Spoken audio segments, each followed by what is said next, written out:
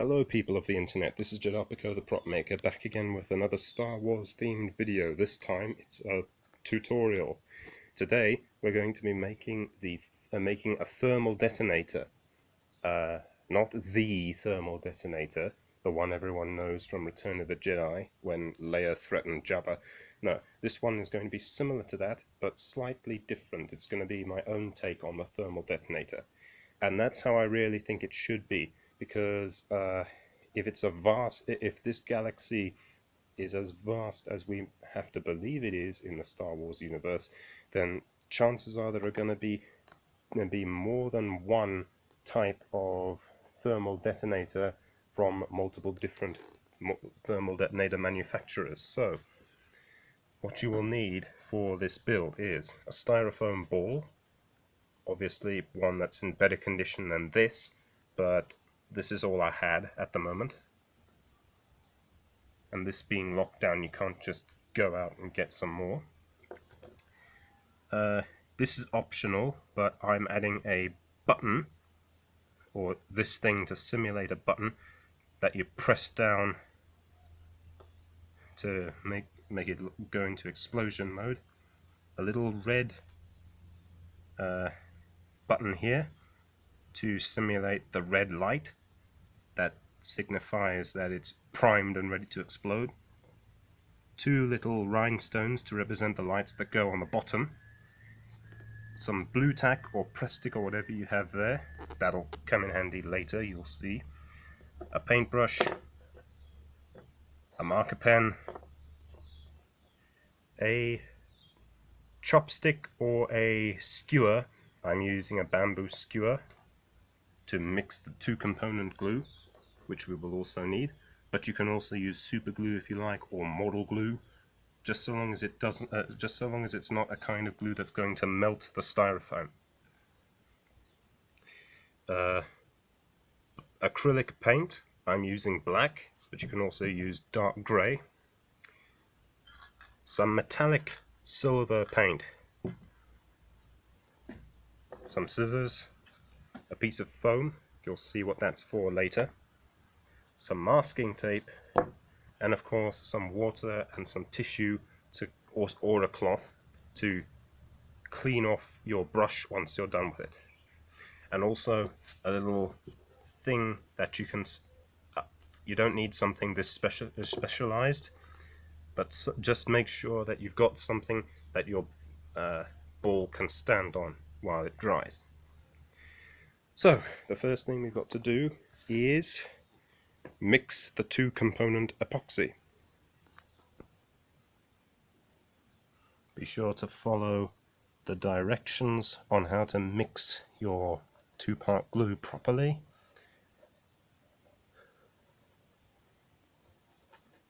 And you'll know it's properly mixed when it turns all cloudy and stuff like that. So the first thing we're going to do is we're going to take this piece of foam and we're going to measure just the right amount to just cover up these nasty gashes here. Not only that, it will also mimic the original design of the thermal detonator, which had a thing going down the side that covered the switch. You see Leia flick that open and then press the switch. But here it's just going to be for aesthetics. It can't be flicked anyway, but we're going to do it anyway. So now we've got the strip of foam in place, but you'll want to hold on to this, or at least hold it in place with some tape. Where did I put the masking tape? There it is. So I'm going to tape this up, and that'll hold it in place until the epoxy is set. You'll want to let it set for at least 1 hour, or maybe even 2 hours. You can never be sure with this stuff. Best call it 3 hours and leave it at that. So I'm going to come back in an hour's time and we'll deal with that when we get to it. So this is mainly what I do when I'm waiting for glue to harden and stuff. Coffee, and YouTube, and occasionally some exercise. Maybe I'll do that when I'm done with my cuppa. Just stuff to keep me occupied while I wait for the glue to dry. So, after leaving our glue to dry for a certain amount of time, I'm about to peel off the epoxy. Let's see how well it held.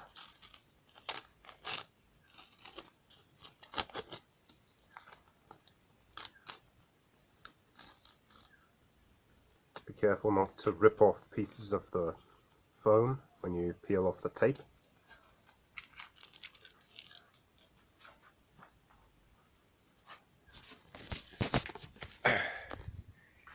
And as you can see, that's stuck in place fairly well.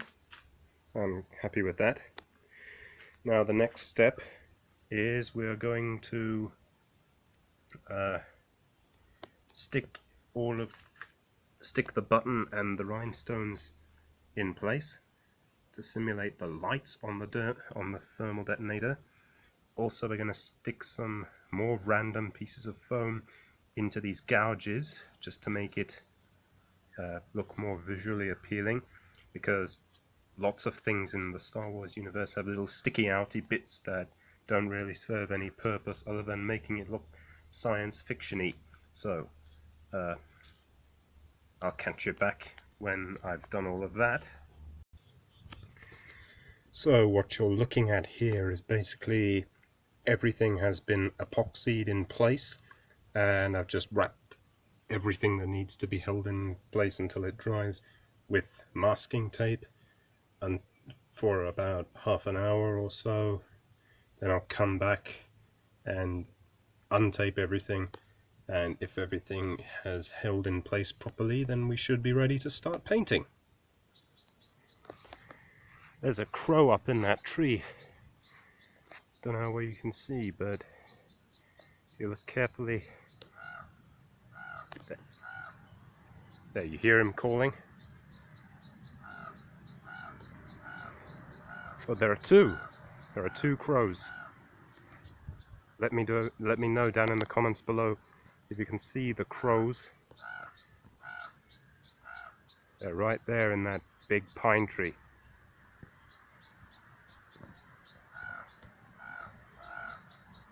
That's pretty cool. Okay, I'm zooming out now.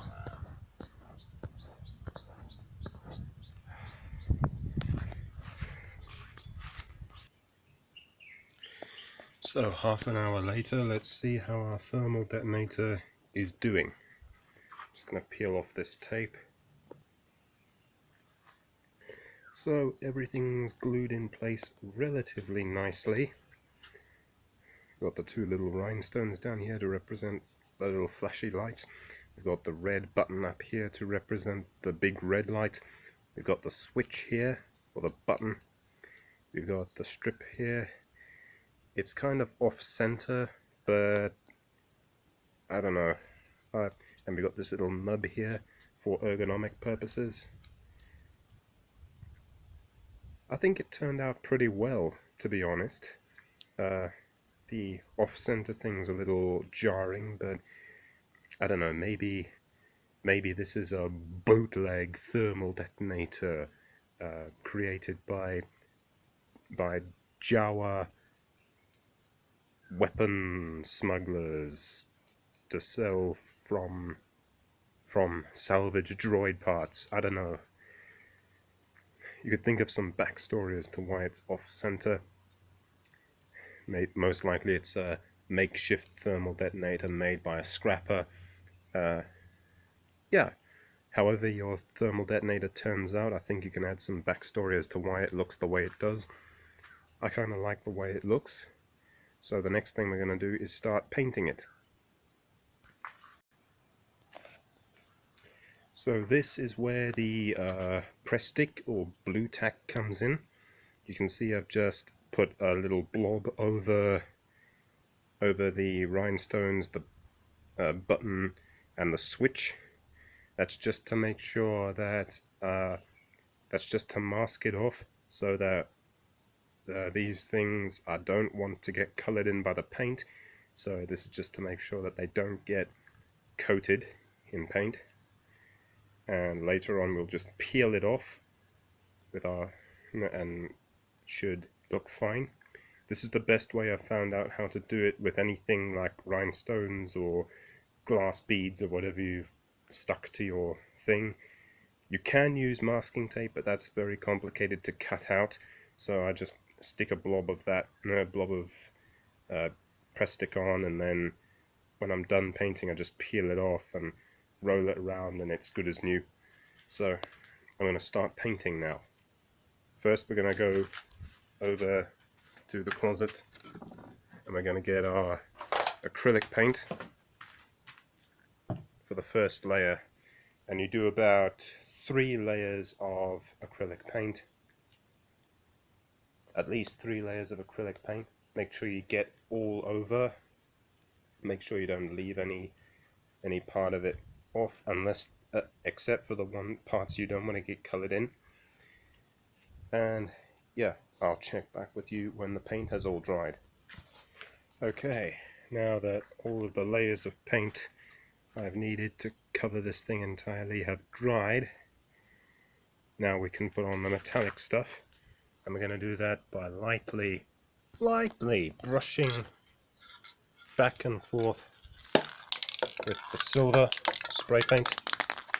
Make sure you give it a good shake. What a lovely day! What a lovely day!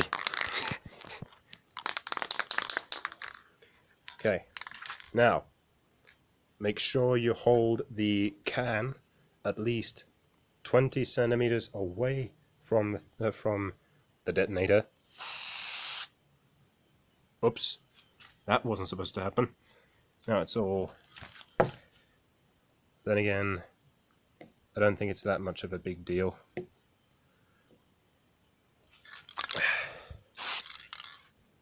Yeah, just pass the spray can over the thing multiple times till you get a good even coat. And because you're not applying it vigorously, it should dry fairly quickly so that you can pick it up and get it from all angles. So I'm going to cover this thing entirely, and then I'll unpause the recording and show you what happened.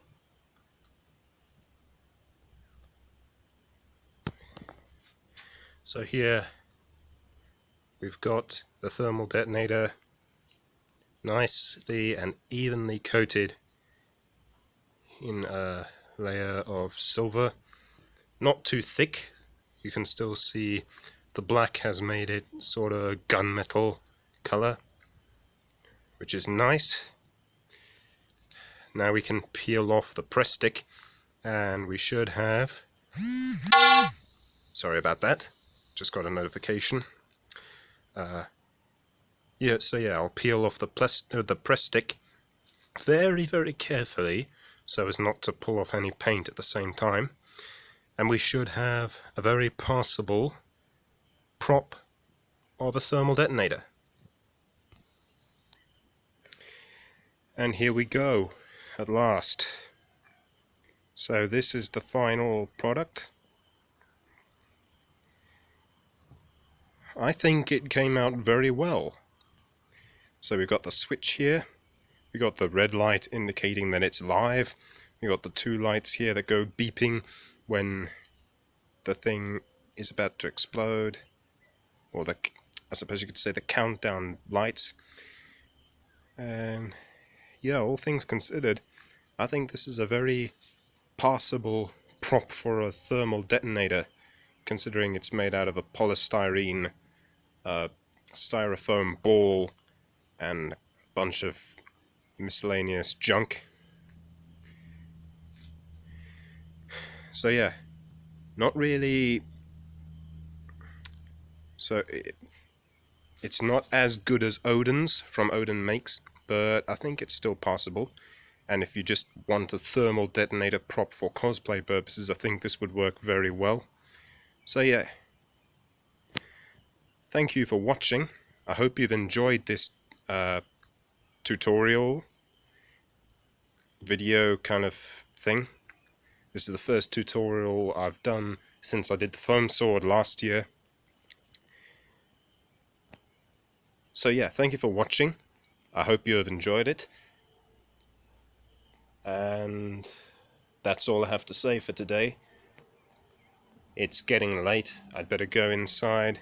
As you can see, many hours have passed since we started this project. So I'm gonna go inside, gonna take a shower, because it's gonna get cold later. So until next time, this is Jaropico the prop maker saying, stay safe, stay home, and we'll get through this COVID-19 pandemic together, and may the force be with you.